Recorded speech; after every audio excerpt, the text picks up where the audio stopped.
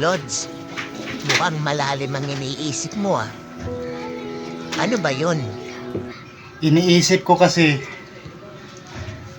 kung paano ko ililigtas ang mundo.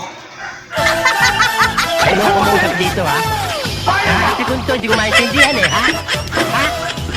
Napapagin ko yan.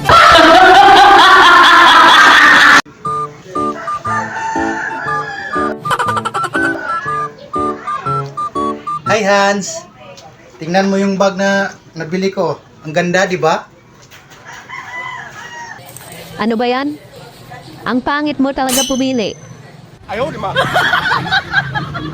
Oo, kaya nga ikaw ang pinili ko eh.